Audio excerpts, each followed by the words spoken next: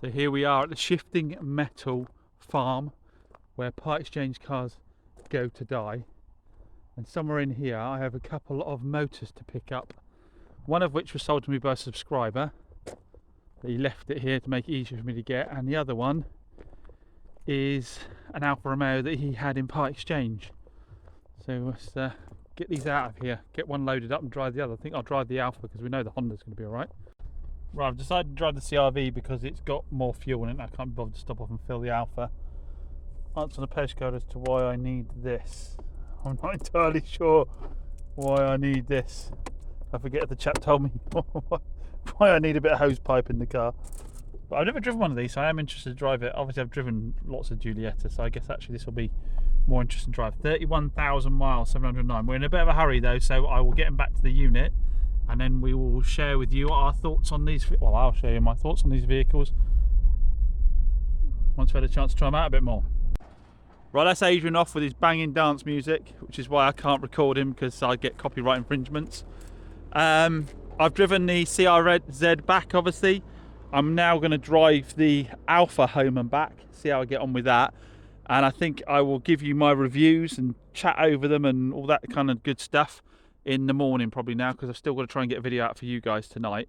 So like I say, by the time I've driven that home and back, that drive here has been plenty enough to test that one.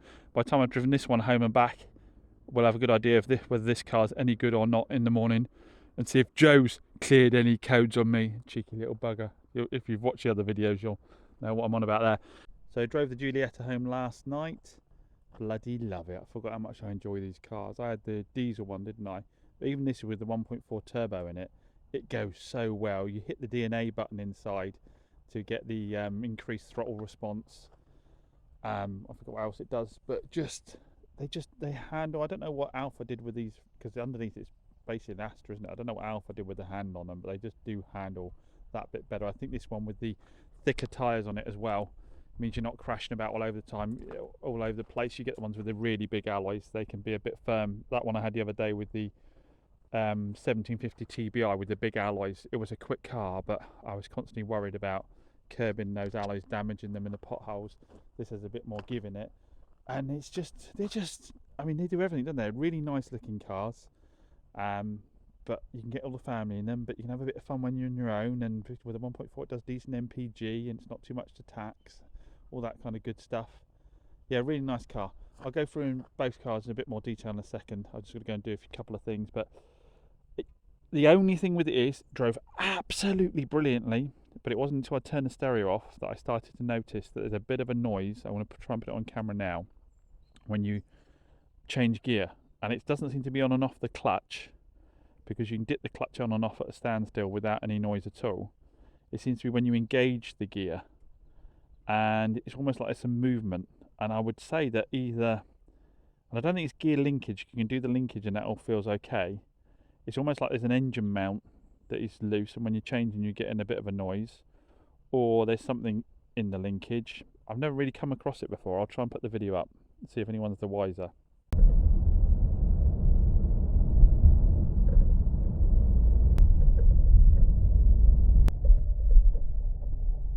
That. Now obviously I bought this trade from Joe with a good margin in it for retail. You're always going to have to fix them up, so there's going to be a fix needed on it, but other than that, really good car, really good service history, everything else. To be honest, it's not the kind of thing you'd have picked up on a short sort of part exchange test drive, and if you had any other noise going on, like someone chatting away next to you, you probably wouldn't have noticed it at all, to be honest. But yeah, I mean, there's plenty of margin for a fix to be done on it, and that's just the way it is with trade cars, isn't it? You know, sometimes you'll be able to fix it and make a bit of margin on it. Sometimes it needs no fix and you make quite a lot of margin. Sometimes you break even, sometimes you lose a bit. At the end of the day, if there are any guarantees in it, they'd be sold to you at full retail price, wouldn't they? But it is a really nice car actually, and it is just as he described it in terms of all its bodywork and everything else and service history, and it's a nice buy. It's a nice buy, and it's not going to be an expensive car either. I mean, I'm almost tempted to say that it should just be sold with that, unless we can find an easy simple fix for that noise. It should just be sold kind of as is, because like I said, the clutch itself is fine and the gearbox is selecting fine and everything else, and it is going to be a very cheap car. and it's almost like the kind of thing you just live with a car of this age, isn't it? I think we've got to be realistic about cheap cars, that sometimes there are faults that aren't faults that stop it being fit for purpose and allowing you to drive it around and get about every day. Otherwise, if you've got to fix everything and restore them to new, then they become completely unaffordable, don't they? So yes, back to the Alfa. It is a 2010 1.4 TBI, so that's the turbocharged 1.44 cylinder. Nice little engine. I think, I'm not sure on this one, it might be either 120 horsepower or 140 horsepower, I'm not sure. I would say it feels like probably a 140 the way it drives. If it's a 120, it's very pokey for a 120. You got the leather interior trim. I think it might be a Lusso. Does it say on the back? I'll have to check the paperwork. But yeah, you've got full leather. You've got all-round electric windows. You've got Bluetooth. What else have you got in here? Cruise control. 6-speed gearbox. You've got the DNA, which gives you the different settings for the engine. Dynamic is the really fun one. You've got aircon. It's all in really nice condition. All the leather's nice. Smells nice inside. We've got loads of paperwork for it, including a cam belt change, which is really good, really important on one of these. So service history's been good, it's been looked after. Now this one was part exchange against the Alfa I sold Joe, which was the TBI, low mileage TBI, expensive Giulietta. So I suspect the person that's part exchange this is an enthusiast, because the kind of car they're getting into. So they probably got into that car because they wanted to upgrade, so I don't imagine they got rid of it for any major issues, apart from obviously there's that noise, which I don't know if they'd know what it was. How many owners has it had? Only had one previous keeper. Got services for brakes down there. I saw it had new brakes on it as well.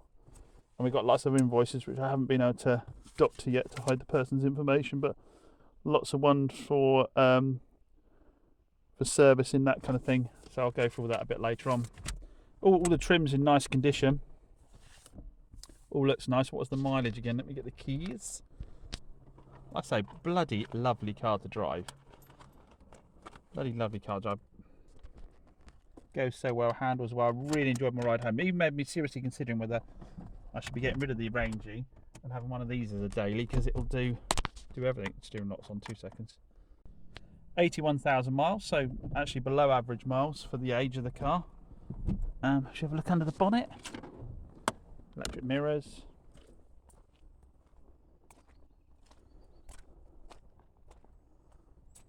Obviously I've got quite a bit of time around these engines, being down at Alfa Gazzi with Stuart. It's driven all the way down here to Joe's, and then I've driven it home and back, and the coolant level is bang on where it should be, so that's good news. I mean, they're good little engines. I can't remember if this one has got a little oil filter on the side of it with a variable valve time. I can't remember this one or the other one. I'm sure someone will be in the comments or let me know.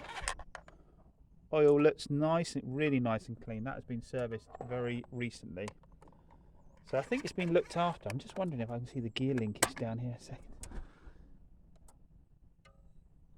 You've got a linkage here. Although I don't think it's a linkage issue, because I think it is. There's a bit of play in that. But I don't think that's enough. What's the engine like? Much. Can't see the bushes, they'll be underneath there. There's one over here. Can't quite see if that is broken up or not. It's almost like take up back and forth, like I said, is almost like the noise. But it all looks fairly okay there, a bit of grime and dirt around, but nothing you wouldn't expect of a vehicle this age. Again, we've got to get realistic, this is 14 years old now. 14 years old. But no, I mean, like I say, suspension, the brakes, everything else are really nice. Obviously the brakes good because it's got new brakes, isn't it? So that'll explain why they're good. Bodywork's really clean and tidy. Got some oxidisation, actually got some bubbling on the alloys, but again, would you do a full alloy refurb on a car that's probably 3,995 at best? You're going to be putting probably £300, 10% of the car's entire value into just the wheels. That's before you've MOT'd it or anything else. So if I've got time, I could do a refurb myself, but again, my time's probably worth the same on that. So yeah, we'll get that down, have the boys have a look at it, see what they think that might be. Hopefully we can get that sorted, because I think that's going to make someone a really, really nice car. Like I say, I was well impressed driving that around. Right, back to the CRZ, which I didn't cover much more with you yesterday. So this is the 1.5 with 100 let me get this right, 119 brake horsepower, but then it has the hybrid battery which adds another 19 brake horsepower.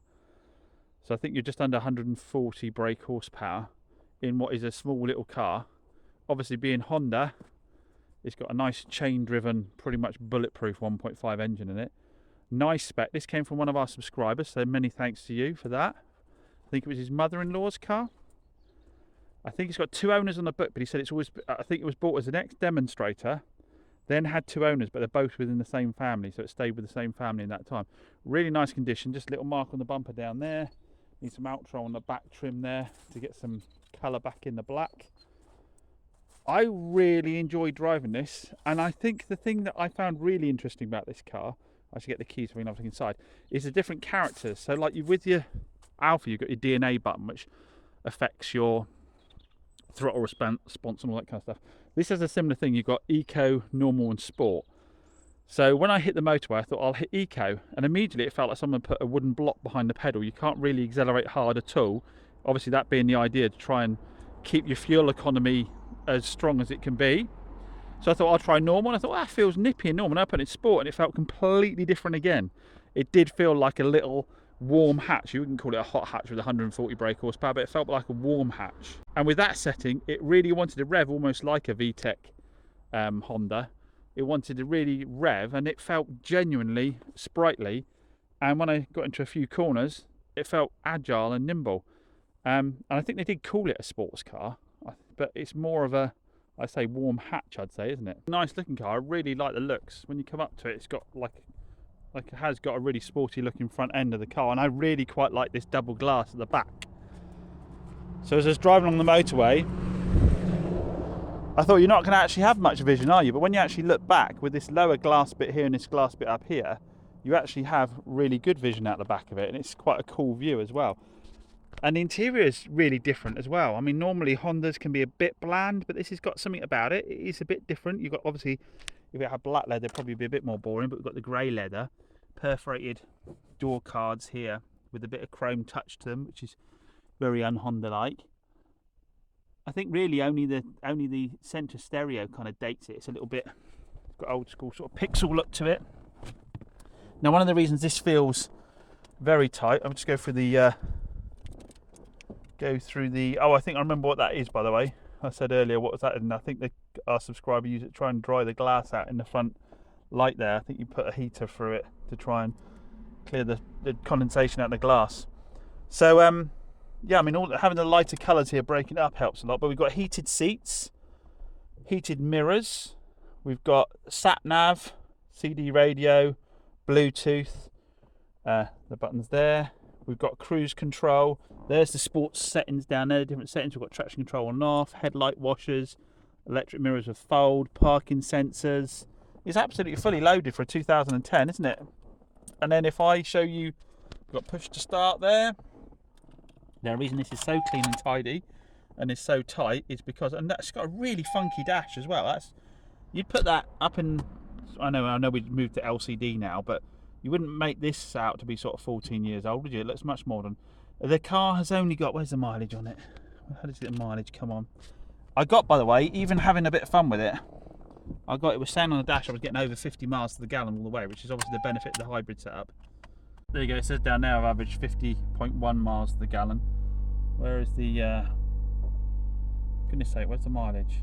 I've done this on Hondas before, actually. I remember that's what I mean about that being a little bit dated, where those sort of graphics are a bit pixelated. That's anything that kind of dates it, really. There we go, found it in the end. It's only got 31,767 miles on it, only 31,000 miles. So less than 3,000 miles a year. And it, it shows. It's just all absolutely lovely in here.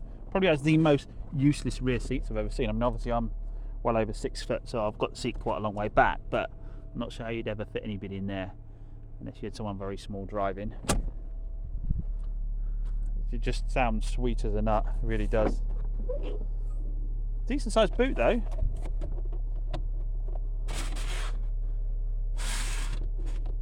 So yeah, I mean, I've been looking to try one of these for, well, I hadn't thought of getting one. I've seen them, I always fancy trying one, but I hadn't thought about it for a long time. And then a subscriber offered it to me, offered to drop it up to Joe's place to get it a bit closer for me. And let's have a look under the engine bay. which again, like I say, let's not lock themselves in. I said, initially, yeah, I put it straight in the eco mode and thought, oh, it's a bit boring, a bit dull, isn't it? I put it in normal, I thought, oh, this is better. And I tried sport, and it was like, yeah. So I put back into eco for the dual carriageway, and then when I came off up this way, I put it into sport and had a bit of fun. So there's your 1.5 119 brake horsepower engine. I think we've got a full history in there as well, by the way, of course. And then there's your cables for your battery, which motor, which is down there, which is the one that adds the 19 horsepower. I don't think you can run it entirely on battery, it's always assisted, but obviously it's self-charging hybrid, it's charging the battery itself as you go along. It's just really funky and different, isn't it? When was the last time you saw one of these? Really nice looking little car. Yeah, so if you needed a runabout that was economical but still a bit fun to drive, and you wanted to think outside the box a bit, then this is a good option. Bodywork wise is bang on. The only thing we got is the old curse of diamond cutting. Luckily on these, they only did the very edge of the wheels here. The rest of it is normal paint, and all that has survived really well. So I could just tidy up the diamond cutting. Actually, no, we've got a bit there. I could tidy up the diamond cutting, tidy those up, or we could say it's a 2010 14-year-old car. It's gonna have some wear. I mean, obviously this one's very low miles in really good condition, so this probably is a bit more of a candidate for maybe doing the wheels. Could paint those bits on the outside a different colour, could paint them black or gunmetal, or could just sand them right back. That one's the only one that's got a bit of bubbling on it. Could sand them right back, but again, you send these wheels off for refurb, you'll be another £400 into a car that you probably don't want to tie that kind of cash up into. If it was a 10 grand car, maybe you would. But anybody on the channel, watching the channel, own one of these? What's your experience of having one? And sold any? What's your experience of selling them? So yeah, two pretty different cars there. Pretty different cars. And both great in their own way. I really enjoyed driving both of them. I think obviously if you need to get people in the back every now and then, or quite often, then you probably would need to go for the Alfa, wouldn't you? Value wise, that's obviously worth quite a bit more than the Alfa, because for one thing, it's got less than half the mileage on it, and Alfas depreciate quicker than Hondas. So I can't remember what the retail price is, but I'll probably have it up on my site. You see, I'm getting pretty darn full again. I've agreed to buy a couple more cars this morning as well. So again, I need to decide, do I hang on to them all and try and retail them all myself, or do I cherry pick and trade